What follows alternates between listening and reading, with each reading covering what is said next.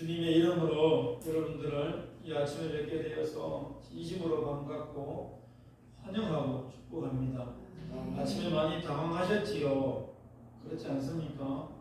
성도들이 많이 보이지 않아서 좀 당황스러웠어요.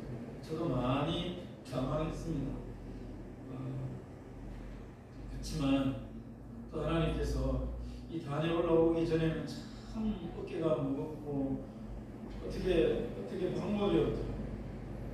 근데 또 올라와서 그럼에도 불구하고 기도하고 찬양하고 또 신앙을 고백하고 진행되는 동안에 그 마음이 하나님께서 새롭게 하시고 힘을 주시는 것을 봅니다. 오늘 이 예배를 통하여 저는 물론이고 여러분들도 큰 힘을 얻으시고 또 회복되는 그런 놀라운 은혜가 임하기를 주님의 이름으로 간절히 축원합니다.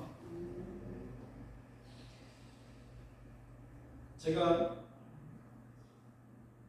교사로 한참 섬길 때입니다. 청년회 때입니다. 그때 이제 학생부 찬양대를 맡아서 지휘를 했어요. 고등부 교사이면서 이제 그렇게 섬겼던 것이지. 좀 부족했는데도 어떻게 그렇게 했는지 몰라요. 근데 하나님께서 감동을 주셔서 그때는 아이들이 참 많았습니다. 한 40명 정도 이렇게 찬양단에 나왔으니까 애들이. 그래 이 아이들을 기도하는 가운데 이 찬양만 가르칠 것이 아니라 기도도 가르쳐야 되겠다. 기도하는 법도 아이들에게 좀 알게 하고 이 기도를 통해서 이 하나님을 만나도록 그렇게 해줘야 되겠다. 이 찬양은 사실은 감동이 참 우리에게 감성을 일으키기에는 참 빠르고 또 효과적이고 참 좋은데 이게 지속되고 그러지는 않잖아요. 그래서 이제 그런 생각을 하나님이 주셔서 교사이기 때문에 담당 전도사님도 계시고 하기 때문에 제가 함부로 나서서 이렇게 할 수가 없더라고요. 그래서 제가 하나님께 기도하니까 하나님께서 길을 열어주신 게 너 그 연습하는 거 있잖아. 그거 토요일로 땡겨서 그 시간에 잠깐이라도 아이들과 같이 기도하는 찬양대 기도회 모임을 한번 시도해봐라. 그런 음성을 주시는 것 같더라고요. 그래서 이제 주보에 광고를 전사님과 상의를 하고 당시에 주보에 이제 광고를 내고 기도하자 이렇게 해서 시작을 했죠. 다음 주 돌아오는 토요일 날 우리 찬양대 기도회를 한다. 중고등부 기도회가 아니라 찬양대 기도회를 한다. 이렇게 이제 광고를 했어요. 허락하에. 근데 그날 몇 명 왔는가? 아무도 안 왔어. 기도한다 그러니까 아무도 안 왔어.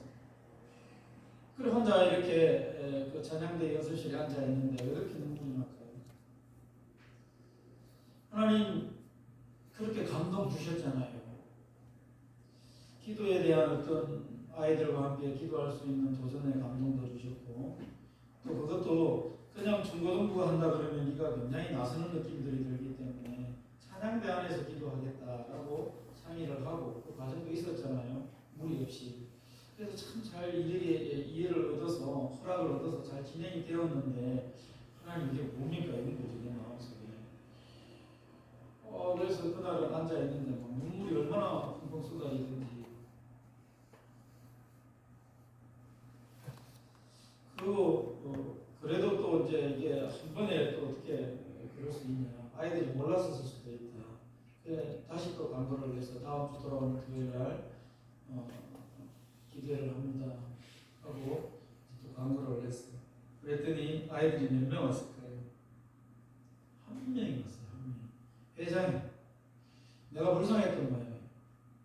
그래서 한 회장이 왔어요. 성보라는 아이입니다. 그 아이는 제가 지금 요새 듣기로도 지금도 듣거든요. 그 장로님들이 우리 한 2년 전에 교회에 찬양을 하러 왔었어요. 글로리아 찬양이라고. 그 장로님과 그 당시 이제 형인데 지금 장로님 되어 있어요. 그리고 다 그 알던 그 교사들이 다 포함이 되어 있더라고요. 교회 왔었는데 이제 물어보니까 그러더라고요. 이름이 생각이 났어요. 성보라는 아이가 어떻게 됐습니까? 했더니 그 아이가 서울대를 가고 참 잘 풀려서 이렇게 어디로 갔는지는 모르지만 어쨌든 있는 동안에 그렇게 잘 되어서 서울대 갔다고 잘 된 것은 아닙니다만은 어쨌든 아이가 잘 되었다고 제가 이야기를 들었어요. 그 둘이 앉아 있는데 또 이놈이 나를 보고 나는 또 지를 보고 앉아 있는데 어찌간에 또 눈물이 나던가. 또 하나님 앞에 기도했어요. 아이고 하나님 이게 응답도 있었고 이거 웬일입니까? 그래 이제 기도를 또 한참 울면서 부둥켜 안고 지는 맹숭맹숭할지 몰라도 나는 그때 막 뜨거웠어요. 그렇게 기도를 했어요. 그리고 또 강도를 했습니다. 그 다음 주에 몇 명이 왔을까요? 2명이 왔어요. 회장과 총무가 왔어요. 그러니까 이게 타이틀이 무시 못하는가 봐요. 애들 안에서도. 그 친구는 세영이라는 친구인데 이 세영이는 영대 가서 또 물어보니까 성악과에 입학을 해서 지금 교회의 지휘자로 섬기고 있더라고요. 본 교회에. 암양제일교회 지금 은혜로교회로 바뀌었습니다. 세영입니다. 세영. 이 조카 이름하고 같아서 제가 늘 기억을 해요. 그래 또 3명이 부득이하고 또 기도했습니다. 한참을 기도했습니다. 또 울면서 하나님이 어떻게 그렇게 은혜를 주시는지 몰라요. 눈만 감으면 손만 잡았다 하면 눈물이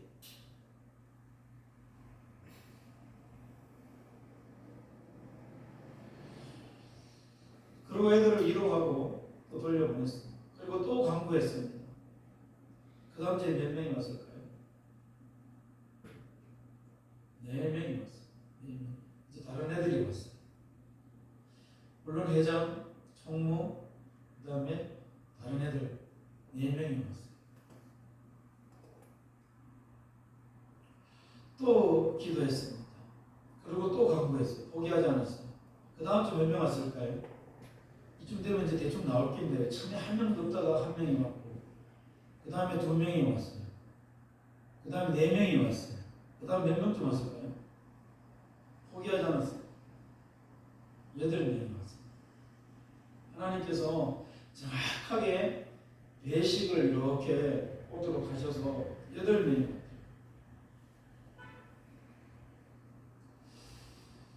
그러고 나서 그 다음 주에 참 신기하게도 제가 사역의 길로 이렇게 전도사로 화목교회로 이렇게 가게 되었습니다. 그리고 그 이후에는 어떻게 됐는지 모르겠어요. 어쨌든 그 한 달 사이에 하나님께서 처음에 그냥 놔버리고 포기하고 할 수 있었는데 그러지 않도록 힘들을 줬겠지요. 뭔가를 이끌어 줬겠지요. 그래서 나아갔더니 하나님께서 그런 열매를 보게 하셨어요. 근데 저는 그 상태에 놓고 나오기가 참 마음에 좀 뭐라 그럴까요? 아쉬웠다 그럴까요? 다음 주에 16명이 올 것 같은 거예요. 그 다음 주에 애들 다 나올 것 같은 거예요. 하나님께서 사역의 길로 인도하셔서 오늘의 일이 되었습니다. 제가 이 아침에 이 말씀을 방금 올라오는데 그 생각을 줘요. 하나님은 우리의 생각대로는 아닐지라도 하나님이 가지고 계신 놀라운 계획과 생각들이 있습니다. 그것을 나타내는데 오늘 말씀 가운데 기도 가운데 우리가 완전한 것 같으나 우리는 덜 된 자들입니다. 우리가 다 가진 것 같고 다 아는 것 같으나 다 연약해요. 그런 자들이 모여서 이 교회를 이루고 하나님의 일들을 또 부족하지만 어떨 때는 한번 감당해보겠다고 용기를 내보고 또 어떨 때는 내 마음대로 교만하게 또 나갈 때도 있고 하여튼 별의별 모습들이 저에게 또 여러분들에게도 그런 모습들이 있잖아요. 그런 자들이 연약한 자들이 모여서 이 교회를 구성하고 하나님의 일들을 진행하도록 그렇게 하신단 말이지. 그런데 그 하나님은 완전하신 분이고 그 하나님은 우리가 확실하게 인정하고 믿기를 그 계획을 반드시 진행시키시는 분이십니다. 때문에 당황스럽더라도 또 그렇지 않다 할지라도 내 기대에 또 내가 생각한 대로 뭔가가 이루어지지 않고 나타나지 않는다 할지라도 결코 실망하지 마시길 바랍니다. 반드시 하나님께서는 이 모든 상황을 보고 계시고 이 넓은 거리에 다녀서 내가 믿는 의로운 자 한 사람을 찾으면 내가 이 성을 사하리라. 예레미야 선지자를 통해서 하신 말씀입니다. 하나님 정말 소돔과 고모라를 하나님 멸망시키시겠습니까? 50명, 45명, 40명, 30명, 20명, 10명 계속해서 하나님 앞에 아브라함이 구하는 그 모습 속에서 하나님은 뭐를 이야기하십니까? 의로운 자, 많이 필요 없다는 것입니다. 하나님이 쓰실 자들이 있다면, 특별히 의로운 자들이 있다면 하나님은 그 남은 한 사람을 통해서 하나님의 일들을 충분히 이루어 가실 수 있는 분이 하나님이십니다. 그래서 우리의 눈을 이 세상의 잣대에 고정시키지 마시고 거기에 휘둘려서 그렇게 우리가 판단하고 나아갈 것이 아니라는 것입니다. 하나님께서는 완전하신 그 하나님은 지금도 보고 계시고 역사하시는 하나님이시요, 하나님은 가지고 계신 계획을 또 하나님이 가지고 계신 그 목적들을, 선한 뜻들을 포기하지 않으십니다. 누군가를 통해서 이루어 가실 것이고 돌들을 통해서도 하나님은 찬양을 받으시는 분이시기 때문에 결코 우리가 그런 부분들에 대해서 미리 섣부른 판단을 하거나 그런 부분들에 대해서 신뢰하지 못하는, 그래서 잘못된 어떤 생각과 행동과 삶으로 나아가는 것은 굉장히 불행한 일이다 라고 우리는 꼭 알아야 될 것입니다. 코로나로부터 지금 회복되기를 간절히 많은 사람들이 원하고 있습니다.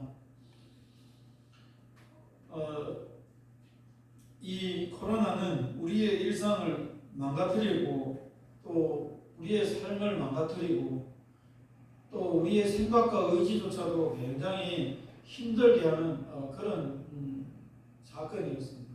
그런데 지금도 아직 완전하게 해결이 되지 않고 있습니다. 그러나 수치상으로는 조금 불안할지라도 이제 위드 코로나 그래서 점점 일상으로 독감과 같이 생각하며 백신도 나왔지만 치료제도 또 먹는 경구용 약도 지금 출시가 되려고 상상을 거의 마쳤다 그래요. 이런 것들은 우리에게 많은 용기를 주잖아요. 그래서 우리의 삶들이 아마 앞으로 회복이 될 겁니다. 그렇지만 우리 성도들에게 있어서는 무엇이 회복이 되어야 될까요? 일상이 회복이 되어야 될까요? 그것보다도 더 성급한 것이 있습니다. 바로 위축된 우리의 마음과 특별히 믿음이 온전히 회복되어야 되겠다라는 것입니다. 그래서 우리에게 있어서 영적인 회복이 매우 중요해요. 일상이 회복된다 할지라도 영이 회복되지 아니하면 우리로 봐서는 그건 회복된 것이 아닙니다. 그거는 반토막에도 미치지 못해요. 그래서 오늘 이 시간에 회복이라는 것에 대해서 한번 말씀을 통해서 은혜를 나누려고 해요. 오늘 말씀의 본문은 지난주 본문과 이어집니다. 지난주 본문에 우리가 9장 1절에서 11절까지 말씀을 우리가 함께 나누면서 말씀이 일하십니다 라는 것을 가지고 함께 선포하며 은혜를 나누었습니다. 유대 민족이 어떻게 회복되어져 갔는가 그 과정을 우리가 살펴봤는데 그 단초를 말씀이 제공했더라는 거였습니다. 7월 한 달 동안에 이 돌아온 유대 공동체 그들에게 무슨 변화가 있었고 어떤 일들이 있었는지를 지난 시간에 살펴봤어요. 7월 초 하루에 그들이 에스라를 모시고 성전 수문 앞 광장에서 말씀을 듣기 시작했습니다. 아침부터 정오까지. 그때 많은 사람들이 회개가 일어나고 울었어요. 그래도 그 다음날 또 말씀을 들었지만 잘 깨닫지 못한 것, 들었기만 했기 때문에 말씀을 율법을 보고자 에스라를 찾아갔습니다. 리더들이. 그리고 그 말씀에 적혀있는 내용들을 그들이 다시 한번 확인을 한 것이 뭐냐, 초막절 이 절기를 이 모든 백성들과 함께 지키는 것이 있겠다는 것을 그들이 발견을 했습니다. 그래서 그들은 7월 중순에 7일 동안 이 초막절을 지켜야 한다는 사실과 또 이 7일 동안 이 무성한 나무로 초막을 만들고 거기서 거하면서 하나님이 광야 생활을 할 때 이스라엘 백성들을 어떻게 도우셨는지, 하늘의 만나와 메추라기를 통해서 하나님이 낮에는 푸른 기둥으로 더위를 막아주시고 밤에는 불기둥으로 그들의 온도를 따뜻하도록 보호해 주시고 하면서 하나님께서 광야의 생활을 그 후손들이 다 체험할 수 있도록 했던 그 말씀을 찾아낸 거예요. 그래서 7월 15일부터 그들이 초막절을 말씀을 따라 절기를 지키기 시작한 것입니다. 그러고 나서 7월 22일째 마지막 그 7일을 지나고 그 다음 날 어떻게 했습니까? 그들이 다시 또 성회로 모이는 거예요. 하나님 앞에 예배로 모인 겁니다. 그 예배로 모여서 그들이 뭘 했을까요? 하나님을 진심으로 예배했을 것 아닙니까? 그동안 하지 못했던 일들을 다시 그들이 시작하는 거예요. 얼마나 감격스러웠을까요? 그러고 나서 또 24일날 이틀이 지난 후에 지난주 본문입니다. 모든 백성들이 이제는 다 모였어요. 그동안에는 그냥 이 7월 한 달간 쭉 진행되는 가운데 100% 백성들이 참여하거나 그렇게 할 수는 없었잖아요. 아마 그랬을 것입니다. 250만 명이나 되는데 어떻게 그렇게 할 수 있었을까요? 그러나 이 7월 24일에 보니까 이 22일 지나고 그 이튿날 이틀이 지난 후에 모든 백성들이 다 모였다고 합니다. 그때에 이 단에 누가 올라갔느냐? 말씀을 책임지고 말씀을 전가하는 그 사명을 가졌던 레위인들이, 그 지도자들이 그 모든 백성들이 서 있는 그 단위에 올라가서 말씀을 선포했습니다. 그 선포되어지는 말씀이 어떤 거냐? 바로 하나님이 도대체 어떤 분이시느냐라는 것을 그들이 이 백성들에게 선포해 줬어요. 그렇습니다. 오늘 본문이 바로 그 말씀 가운데 하나님이 도대체 어떤 분이시였는지를 그 레위 자손들을 통해서 백성들에게 선포하는 그 말씀이 바로 오늘 본문이 되겠습니다. 그래서 주께서 하면서 23절을 보시기 바랍니다. 그들의 자손을 하늘의 별같이 많게 하시고, 하나님께서 어떤 일을 우리 백성들에게 행하셨는지 당신들 아십니까? 율법책에 보니까 이런 말씀들이 기록이 되어 있었기다 하고 에스라와 함께 찾아본 말씀을 백성들에게 지금 선포하고 있고 가르쳐주고 있는 것입니다. 강단에서 레위 지도자들은 이스라엘의 그만큼 큰 제약, 반복적인 제약이 그들에게 있었음에도 불구하고 하나님의 신실하심이 어떤 것인지 아십니까? 하고 백성들에게 선포하고 가르쳐주고 있었던 것입니다. 오늘 이 본문을 통해서, 이 말씀을 통해서 그들이 회개의 운동이 일어나고 하나님께 예배하기 시작하고, 그러면서 다시 말씀을 통해서 하나님이 도대체 어떤 분이신지를 점점 세밀하게 알아가는 그런 과정들을 우리에게 소개하고 있다라는 것이지요. 그래서 앞으로 그들의 삶이 다시 실수하지 아니하고 다시는 제약에 노출되지 아니하고 온전히 회복된 상태로 그렇게 살아가야 되겠는데, 그러려면 여러분 이 단회적으로 이렇게 초막절 한번 지키는 걸로 끝나서도 안 되고, 또 한번 성회로 예배를 드리는 걸로 끝나서도 안 되고, 여러분들이 반드시 온전히 회복되어서 회복된 삶을 영원히 가져가려고 하면, 그런 삶을 누리려고 하면 여러분들이 사실을 분명히 아십시오 라고 이 지금 레위 지도자들이 단에서 말씀하고 있는 것입니다. 그것이 오늘 본문이에요. 여러분들 언제나 회복을 꿈꾸고 싶습니까?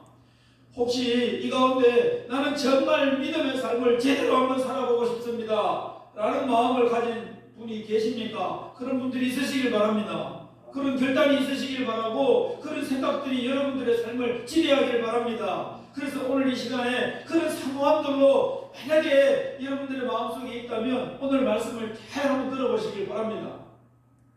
어떻게 해야 내가 이런 은혜들을, 받은 은혜들을 잘 유지하며 항상 온전한 모습으로 하나님과의 관계를 온전히 유지하며 살아갈 수 있을까? 라는 것에 대해서 여러분들이 오늘 말씀을 통해서 잘 새기시고 그대로 누리며 살아가시는 은혜가 있으시길 바랍니다. 온전한 회복을 꿈꾸고 있다. 그렇다면 보십시오. 먼저 하나님을 신뢰하는 것이 굉장히 중요합니다. 뭐 하는 게 중요하다고요? 하나님을 신뢰하십시오.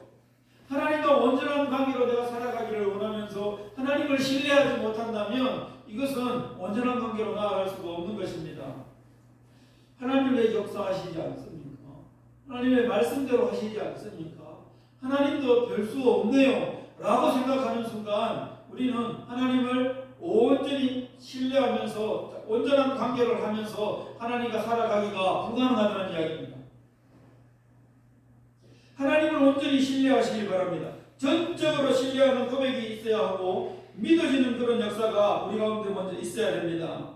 자, 보십시오. 이 다니엘 술 네 지도자들이 하나님을 어떻게 백성들에게 소개하는지 아십니까? 23절 처음에 보니까 자손을 하늘의 별과 같이 번성하게 하셨다라고 하셨습니다. 그렇습니다. 지금 야곱이 애굽으로 들어갈 때 약 70명 정도가 이렇게 들어갔어요. 요셉이 총리로 있었을 때에. 그랬던 그 백성이 출애굽을 할 때 애굽을 나올 때는 장정만 60만이 되었어요. 이 엄청난 숫자로 번성했어요. 근데 이 말씀이 누구의 말씀대로 되었습니까? 하나님의 말씀대로 되었어요. 너희 자손이 하늘의 별과 같을 것이니라. 땅의 티끌과 같이 많을 것이라. 바다의 모래와 같을 것이다 라고 하나님께서 아브라함에게 약속하신 대로예요. 그렇게 하나님이 이 백성들에게 번성의 복을 줘서 목사님 그게 뭐 번성의 복이에요. 얼마든지 그렇게 아이를 많이 낳을 수 있었잖아요.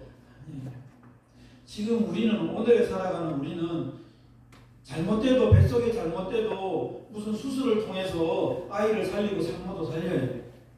이 당시는 그런 시대가 아닙니다.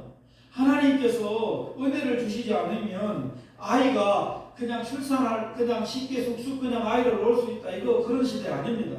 그래서 다산이 얼마나 큰 복인지 몰라요. 그래서 이 다산을 위해서 그들이 얼마나 많은 우상들을 주변의 나라들이 만들었는지 모릅니다. 그래서 이 백성이 250만 명이나 되었다는 것은 축복 중에 축복입니다. 하나님이 약속하신 대로 그대로 된 거예요. 할렐루야.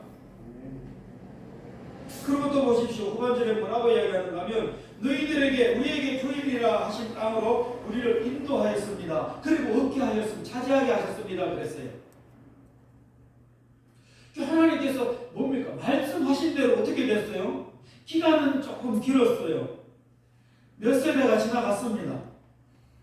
그렇지만 하나님의 말씀하신 대로 오늘 우리를 보니까 어떻게 되었다는 것입니까? 하나님의 말씀대로 백성을 번성하게 하셨고 또 땅도 차지해서 우리가 이 가나안 땅에 살아가도록 하나님이 약속한 그 땅으로 우리를 인도하시고 얘기해 주셨지 않습니까? 무엇을 이야기하는 겁니까? 여러분, 여기에 모인 여러분, 우리가 초막절을 방금 끝내고 성회를 끝내고 여기 모인 여러분, 하나님을 신실하십니다. 말씀하신 대로 약속하신 대로 반드시 이루시는 분이 하나님이십니다. 아멘. 라는 것을 이 백성들에게 말씀하고 있고 오늘 이 시간도 동일하게 성령께서 저와 우리에게 하나님이 말씀하시는 줄 믿습니다. 믿으시길 바랍니다. 그래서 하나님을 신뢰하는 것, 온전히 내가 회복되기를 원한다면 하나님을 신뢰하는 것이 굉장히 중요합니다. 하나님을 신뢰하지 않고 신실하심을 신뢰하지 않고 하나님을 믿는다.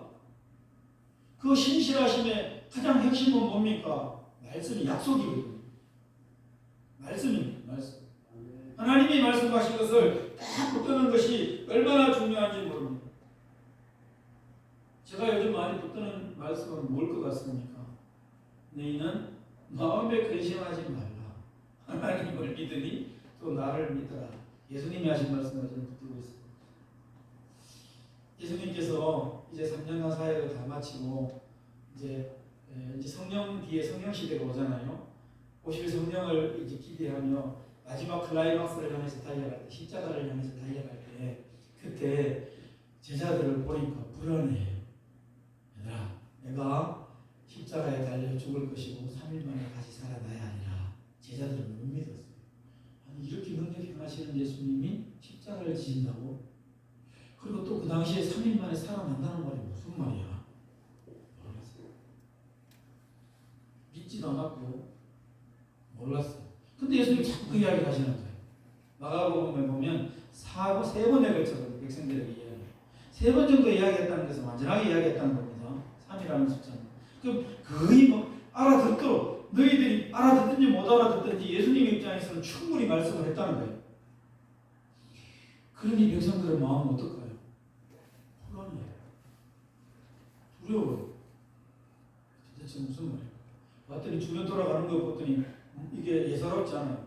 백성들 가운데서도 막 예수님을 잡아 죽이려고 하고, 지도자들도 막 잡아 죽이려고 하고, 옛날에 따로따로 자기들 밥그릇을 챙겨서 따로따로 막 으르렁거리고 살아가던 사람들이 예수님을 죽이려고 그날에 하나가 되는 거예요. 이런 모습들을 보면서 제자들의 마음이 불안했어요. 예수님 말씀, 지금 진짜 저렇게 되는 거예요. 그럴 때 예수님이 뭐라고 말씀하십니까? 요한복음 14장 1절 말씀에 너희는 마음에 근심하지 말라. 1절부터 3절까지 한번 띄워주시기 바랍니다. 너희는 마음에 근심하지 말라. 하나님을 믿으니 또 나를 믿으라. 말씀하시고 보십시오. 제자들을 안심시키기를 내 아버지 집에 거할 곳이 많도다. 그렇지 않으면 너희에게 일렀으리라. 내가 너희를 위하여, 그 다음 말씀 보십시오. 그 처를 예비하러 가노니. 그 다음 가서 너희를 위하여 그 처를 예비하면 내가 다시 와서 너희를 내게로 영접하여 나 있는 곳에 너희도 있게 하리라. 예수님이 제자들의 마음을 안심시키는 말씀을 해주십니다. 한마디로 말하면 얘들아, 마음에 두려워하거나 근심하지 마. 걱정하지 마. 내가 너희들의 있을 거처를 예비하러 가는데 갔다가 그 거처를 다 예비하고 나면 내가 다시 너희에게로 올게. 그래서 내가 거처를 예비한 그곳에 너희들도 함께 데리고 갈게. 예수님이 이 말씀을 통해서 제자들을 안심을 시키신 것입니다. 예수님을 신뢰하지 아니하고 예수님을 믿지 아니하면, 특별히 예수님이 하신 말씀, 그 약속을 믿지 아니하면 예수님의 저 말은 제자들의 입장에서는 다 뻥일 겁니다. 근데 믿는다면 어떻게 될까요? 굉장한 것을 자기들은 가지는 거예요.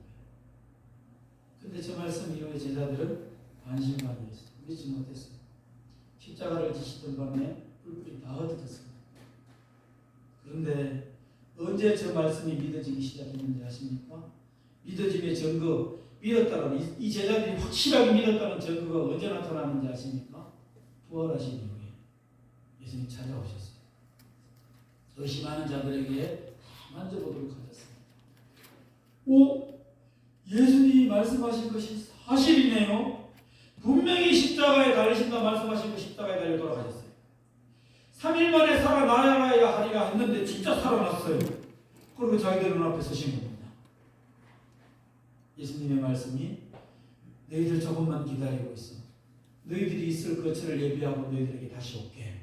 그러면 너희들을 다시 데리고 가서 나 있는 곳에 너희들 함께 거처할 수 있도록 해줄게. 라는 말씀도 다 믿어지기 시작했어요. 그래서 그들은 어떻게 했을까요? 예수님의 말씀대로 예루살렘을 떠나지 마. 다 도망갔던 제자들 다시 예루살렘에 다 모였어. 그래서 너희는 이곳에 떠나지 말고 이곳에서 나를 위하여 기다려.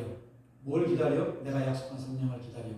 그러면 성령이 너희에게 임하시리니 너희가 권능을 받게 되고, 그러면 너희를 예루살렘과 유다와 사마리아와 땅 끝까지 이르러 내 증인이 될 것이야. 너희들 기다려. 내 약속 기다려. 그래서 기다려서 진짜 기도했더니 막아야겠고 하나님의 성령이 임했고, 성령이 임하자 그들의 눈들이 밝아지기 시작하면서 예수님의 모든 말씀들이 다 사실로 다 그들의 마음속에 오게 된 거예요. 그러니 그들이 어떻게 해요? 목숨 걸고 다 순교했잖아요. 목숨 걸고 그들이 순교의 현장으로 뛰쳐나갔던 것입니다. 뭐를 신뢰했기 때문에? 예수님을 신뢰했기 때문에. 다른 말로 하면 예수님이 약속하신 것을 신뢰했기 때문에, 그 신실하신 반드시 지키시는 하나님의 말씀을 그들이 신뢰했기 때문에 그들은 어떻게 됐습니까? 자기들의 목숨을 버리면서까지 예수님의 뒤를 따라 그렇게 복음의 현장에서 순교의 이슬로 그렇게 사라져 주셨던 것입니다. 하나님의 백성에게 있어서 가장 큰 권세가 뭐라고 생각하십니까? 가장 큰 권세, 기도하는 것입니까? 역시 마찬가지입니다. 그렇습니다. 기도하는 것입니다. 이게 우리에게 주어진 가장 큰 창이에요. 근데 이 기도가 한번 생각해 보십시오. 하나님 하나님을 온전히 신뢰하지 아니하고 말씀을 신뢰하지 않고 기도를 하면 기도가 될까요? 네. 하나님의 말씀을 신뢰하고 기도할 때 능력이 되고 진짜로 나타나는 것이죠. 너희는 내게 부르짖으라 내가 내게 응답하겠고, 그 말씀인데, 하나님의 말씀인데 그것을 신뢰하지 아니하고 기도하니까 기도가 됩니까? 네가 알지 못하는 크고 엄밀한 일을 내게 보이리라. 하나님의 말씀인데 하나님을 신뢰하지 않는데 어떻게 그것을 볼 수가 있겠습니까? 하나님을 신실하신 하나님이신 것을, 약속한 것을 반드시 지키시는 하나님이신 것을 반드시 신뢰하시기를 바랍니다. 온전히 먼저 신뢰하시길 바랍니다. 그리고 기도하시기 바랍니다.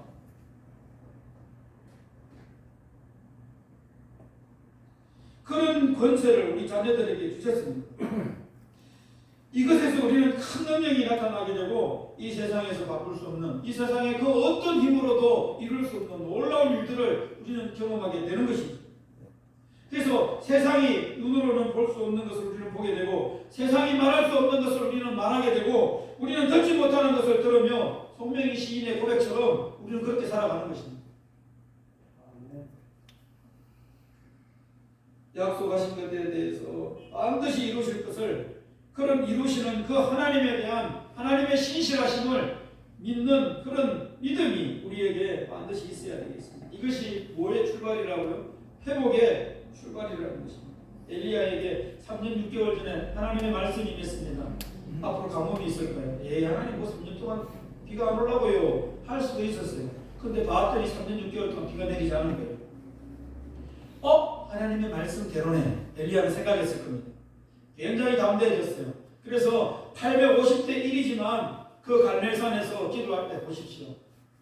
불로 역사할 그 현장에 뭘 갖다 붓습니까? 12통의 물을 갖다 부어요. 종들을 지켜서.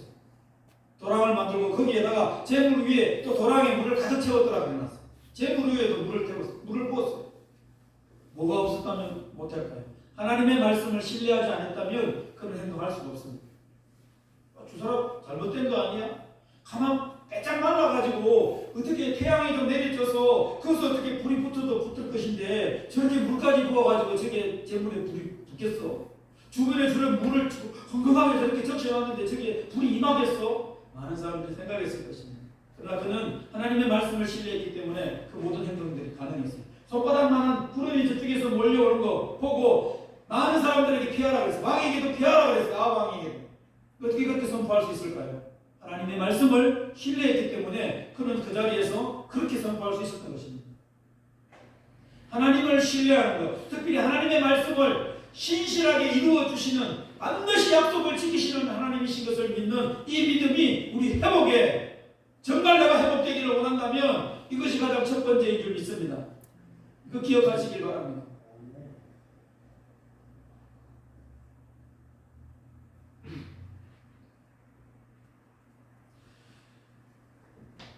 그럼에도 불구하고 이스라엘 백성들은 부끄러운 모습과 제약의 모습으로 나아갔다라고 성경은 우리에게 오늘 본문은 이야기합니다. 이 이스라엘 레위 자손의 그 지도자들이 이런 부분들을 말씀을 읽을 때에 그들에게 선포할 때 얼마나 마음에 부담이 됐을까요? 부끄러웠을까요? 당신들 다 죄인이야. 당신들 이렇게 살고도 어떻게 하나님의 은혜를 구할 수 있어? 이런 말들을 선포해야 되는데 이 얼마나 부담스러웠을까요? 그러나 우리가 분명히 알아야 됩니다. 회복을 원한다면, 정말 온전한 회복을 원한다면 나라는 인간이, 우리라는 이 사람의 이 생명체가 하나님이 보시기에 얼마나 썩고 부패한 존재인가라는 것을 깨달아야 돼요. 이거 알지 못하면 우리 하나님 우리가 온전히 영적으로 회복된다는 건 불가능합니다. 쉽게 말하면 나는 깨끗하고 나는 정직한데 내가 회복될 게 뭐 있을게? 정말 회복될 것이 내게 있는데 그것은 뭡니까? 나의 부패함과 나의 썩음과 나의 제약됨을 바라보고 그것에 대해서 충분히 인정하고 그럴 때 우리가 온전히 회복되는 것이거든요. 하나님 앞에 할 말이 없습니다. 하나님 앞에 할 말이 없어요. 이거 인정해야 되는 것입니다.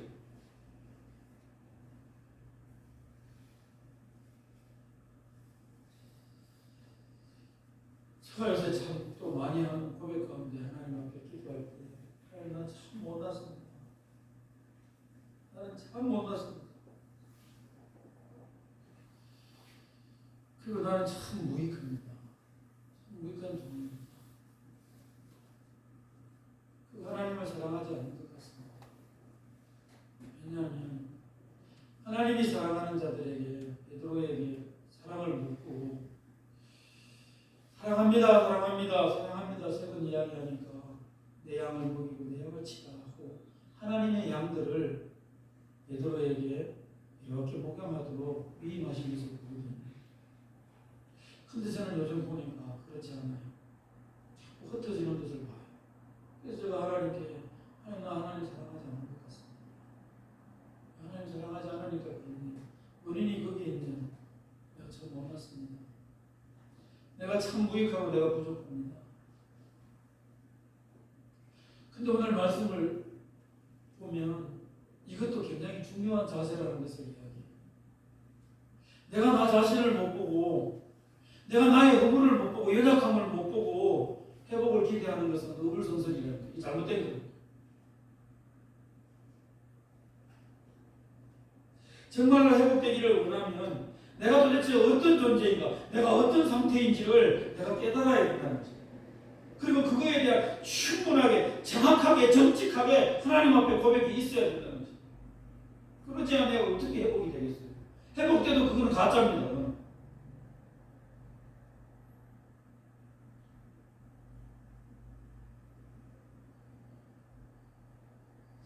한번 보시기 바랍니다. 오늘 본문에도 25절에 보니까 하나님은 신실하게 약속을 지키셨음을 고백합니다. 이 레위 지도자들이 그들이 견고한 성읍과 기름진 땅을 점령하고 모든 아름다운 물건이 가득한 집과 우물과 포도원과 감나무가 이 당시에 가장 소중한 재산 목록들이에요.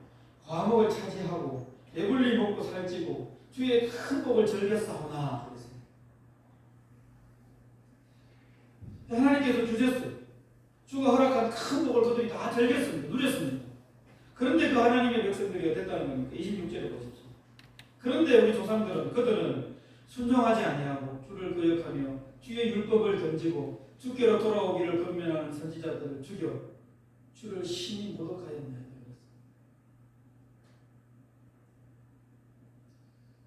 어떻게 이렇게 살 수 있을까? 근데 내가 그렇게 살아왔는데,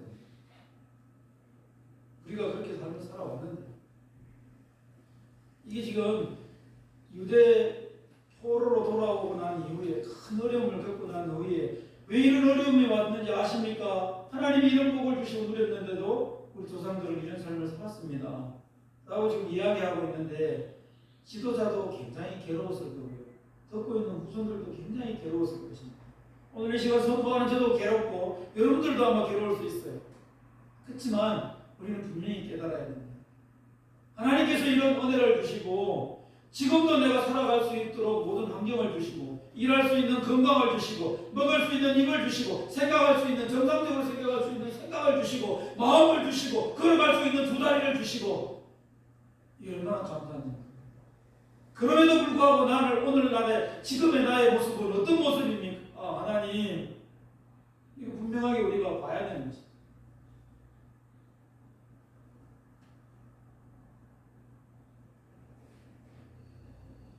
온전한 회복의 삶을 꿈꾸신다면 하나님이 어떤 분이신가 말씀하신 것은 그대로 이루시는 신실하신 분이시다라는 사실을 반드시 기억해야 하고 말씀대로 약속을 그대로 지키시니까. 그리고 내가 도대체 어떤 존재인가, 하나님의 은혜로 살아가는 존재인데 현재 나의 상태가 어떤지, 나의 모습이 어떻는지, 영적인 상태가 지금 어떻는지, 생각을 무엇을 하면서 살아가고 있는지, 무엇을 목표로, 무엇을 가치를 두고 살아가고 있는지, 이런 것들을 우리가 반드시 나를 바라봐야 돼. 직시해야 돼요. 이거 알지 못하면 내가 회복이 일어날 수가 없어요. 그리고 마지막 세 번째로 정말 중요한 겁니다. 그걸 봤을 때 우리는 절망적입니까? 그것을 봤을 때 그래 나는 도저히 못된 인간이야, 못난 인간이고 무익한 종이야, 끝내야지. 그렇게 갈까요? 가야 할까요? 그렇지 않습니다. 오늘 이 다윗은 레위 지도자는 또 함께 그 말씀을 나누고 있는 이 모든 백성들은 한번 보십시오. 뭐라고 그들에게 말씀하고 있는지 한번 봅니다. 바로 온전한 회복을 위해서는 그럼에도 불구하고 늘 은혜를 베푸시는 하나님이신 것을 기억해야 된다. 할렐루야. 제가 기도 가운데 변함없는 은혜로 이 자리에 있게 하시면 감사합니다. 하나님의 은혜입니다. 이런 고백을 하는 것을 한번 많이 들었었습니다. 한 사람도 어느 인생도 하나님이 인도하시지 아니하고 은혜를 베풀어 주시지 아니하시니 이 자리에 앉아 있을 수가 없습니다. 이거 틀림없는 사실입니다. 건강 하나 조그마한 값 건드려 보십시오. 못 와요. 복잡한 환경 어떤 상황들 한번 허락해 보십시오. 그 예수님이 시험에 들지 않도록 기도하라고 그랬어요. 못 와요.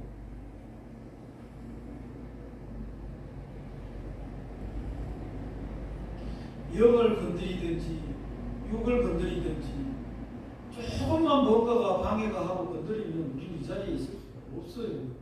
그래서 내가 지금 이 자리에서 예배하는 것은 하나님의 은혜입니다. 할렐루야. 아멘. 27절에 보면 불순종으로 하나님을 모독한 백성들을 하나님께서 대적들의 손에 넘기시는 것을 봐요. 그러니까 백성들이 어떻게 합니까? 고통과 환난을 당하니까 어렵잖아요. 하나님 앞에 부르짖습니다. 사사시대의 이야기라는 거죠. 그리고 또 28절에 뭐라고 합니까? 그들이 평강을 얻습니다. 그러면서 다시 주 앞에서 평강을 얻자마자 잘 살아가야 되는데 온전한 회복을 유지해야 되는데 또 악행을 저지릅니다. 그러자 또 하나님께서 뭐합니까? 원수들에게 지배를 당하게 해요. 손에 맡겨버립니다. 그럼 또 다시 돌이켜서 그들이 또 부르짖어요. 이번에도 그럼 하나님께서 그 부르짖는 소리를 듣고 외면하지 않습니다. 뭐 하십니까? 하늘에서 들으시고 그랬습니다. 여러 번 주의 긍휼로 건져주셨다 그랬습니다. 이 반복적이었다는 거죠. 또 29절에 그렇게 주의 말씀에 순종하게 하시고자 그들을 뭐 하셨다고요? 경계하셨다고. 이 경계하셨다는 말, 이 말씀은 원고하셨다, 그 다음에 경고하셨다 이런 말이 있습니다. 경계라는 의미가 사전적인 의미가 원어적인 의미가 그렇더라고요. 왜 그럴까요? 왜 자꾸 이렇게 경계하셨을까요? 권고하시고 경고하셨을까요? 하나님께서 우리 요즘이 가급적이면 이야기를 안 하려고 하는데 그래도 또 잘못하면 어떻게 합니까? 너 오늘 저녁에 보자. 제가 하는 말이에요. 우리 집사람이 늘 쓰는 말입니다. 저희 어머니는 저에게 너는 모동 못하나다 이래 자꾸 이야기해요. 그래가 진짜 때릴 때는 모멸차게 저는 맞았습니다. 왜 그럴까요? 왜 경계하실까요? 사랑하기 때문에 그렇습니다. 사랑하지 않으면요 무관심해요. 네 마음대로 살아요. 근데 마음이 계속 가잖아요. 쓰기 전에 신경이 이거는 사랑하기 때문에 그런 거죠. 하나님의 백성들을 놓을 수가 없었어요. 왜냐하면 약속을 하셨기 때문에. 아까 하나님은 신실하신 하나님이시라고 했잖아요. 말씀하신 것은 반드시 지키시는 분이십니다. 그러니 하나님은 당신의 이름을 위하여, 당신의 약속하신 말씀을 위하여 하나님은 끝까지 이스라엘 백성들을 놓지 않는 것입니다. 29절에 어떤 말씀이 나옵니까? 너희들이 지키기만 하면 살 수 있는 계명을 너희들에게 줬는데 너희들이 지키지 않았다. 그 말씀입니다. 사람이 준행하면 그 가운데서 삶을 얻는 주의 계명을 듣지 아니하면 저 말씀이 그 말씀 아닙니까? 우리말로 풀어보면 지키기만 하면, 순종만 하면, 듣기만 하면 너희들이 살 수 있는데 그 계명을 너희들이 듣지 않냐. 그리를 범하고 고집하는 어깨, 목을 굳게 하며 순종하지 않았다 이렇게 이야기합니다. 고집하는 어깨는 저기 뭔지 아십니까? 말씀을 뒤로 하고 어깨가 앞으로 나갔다는 이야기입니다. 그 말은 하나님의 말씀은 무시하고 자기의 힘과 자기의 이 어깨를 거리를 상징하는데 이걸 앞으로 탁 내밀고 막 나아갔다는 거예요. 이스라엘 백성들이. 여러분은 어떻습니까? 저는 그랬습니다. 그랬던 것 같아요. 그럼에도 불구하고 하나님은 뭐합니까? 역시 하나님은 여러 해 동안 참으시는 것을 보게 됩니다. 그리고 주의 종들을 통하여 30절에 보니까 주의 영으로 하나님의 영으로 하나님께서 그들에게 경계하시는 것을 봐요. 그런데 이제 그들이 그럼에도 불구하고 그들이 끝내듣지 않으니까 어떻게 하십니까? 하나님께서 열방의 손에 넘겼다. 그래서 우리가 지금 현재 포로로 우리 자손들이 끌려갔다가 오늘 이렇게 돌아와서 하나님의 말씀을 보고 부둥켜 안고 초막절을 지내면서 지금 하나님이 우리에게 어떻게 역사하시는지 제가 여러분들과 함께 지금 나누고 있는 것 아닙니까? 지금 이렇게 이야기합니다. 하나님은 인간을 창조하실 때 분명한 계획과 목적을 갖고 계셨습니다. 그래서 아브라함을 불러내셨고 아브라함을 통해 약속하셨어요. 그리고 그 아브라함을 통해서 약속하신 말씀을 반드시 이루어 가시려고 하나님께서는 끊임없이 노력하고 계십니다. 그런데 거기 가운데 그렇게 부른 아브라함 또 그를 통한 후손들을 통해서 하나님은 뭘 기대하시는지 아십니까? 열방에 전달할 복의 통로가 되어주기를, 복의 근원으로 그들이 백성들이 살아가기를 하나님은 원하셨습니다. 이거 요즘 시대에 우리말로 딱 풀이해보면 하나님의 영광을 드러내면서 살아가는 거지. 하나님이 어떤 분이신지를 너의 삶을 통해서, 입을 통해서, 생각을 통해서 드러내면서 보여주면서 살아가라는 겁니다. 그래서 많은 사람이 보고 두려워하도록, 하나님의 존재를 알도록. 그러나 지금의 이스라엘의 백성들의 모습은, 조상들의 모습은 많이 벗어나 있었습니다. 온전히 회복되기를 하나님은 원하십니다. 우리가 다시 하나님의 형상대로 하나님의 영광을 드러내며 살아가기를 하나님은 원하십니다. 오늘 이 시간 예배하는 우리에게 성령께서 주의 영으로 임하여 우리 마음 가운데 이 못난 종이지만 이 무익한 종이지만 이 입술을 통해서 여러분들에게 선포하는 이 말씀은 그랬잖아요.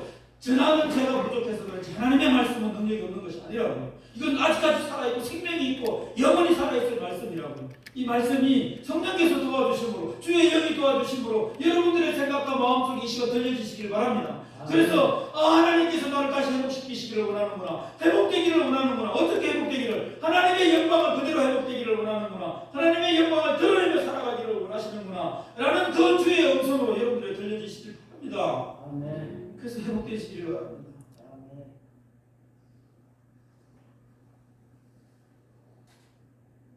우리의 노력으로는 불가능합니다. 한계가 있습니다.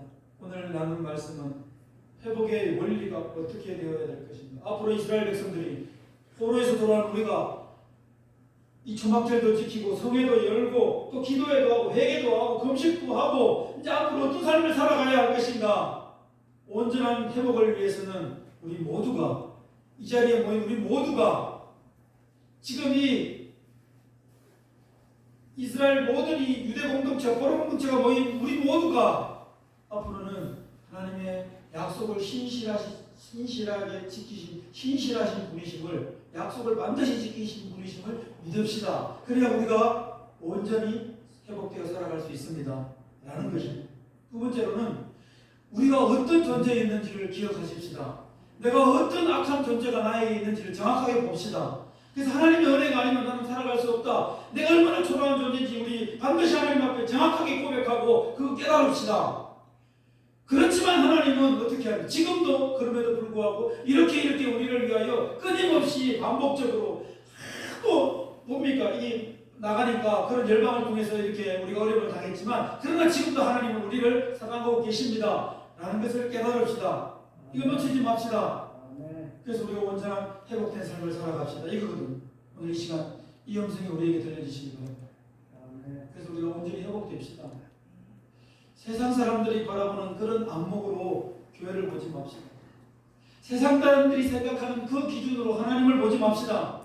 우리가 가지고 있는 판단력, 우리가 가지고 있는 이성이나 상식으로 우리 하나님의 역사를 제한하지 맙시다. 온전히 하나님께서는 신실하신 분이시고 말씀하신 대로 약속하신 대로 반드시 이루시는 분인데 그럼에도 불구하고 부패한 인생들 썩은 우리들을 갖다가 그럼에도 불구하고 하나님을 회복시키시려고 끊임없이 말씀하시고 역사하시는 분이신 것을 기억하십시다. 그런 우리가 살아가야 할 방향은 이제 하나입니다. 오직 답은 하나입니다.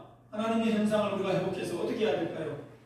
하나님이 원하시는 대로 하나님의 뜻대로 정말 하나님의 영광을 드러내는 삶들을 우리 모두가 살아내십시다. 이것이 하나님의 뜻입니다. 오늘 이 아침에 이 말씀을 기억하고 온전히 회복되어지는 은혜가 있으십니다. 그래서 하나님의 영광을 드러내는 참으로 복된 믿음의 성도들이 되시기를 주님의 이름으로 간절히 축원합니다. 아멘.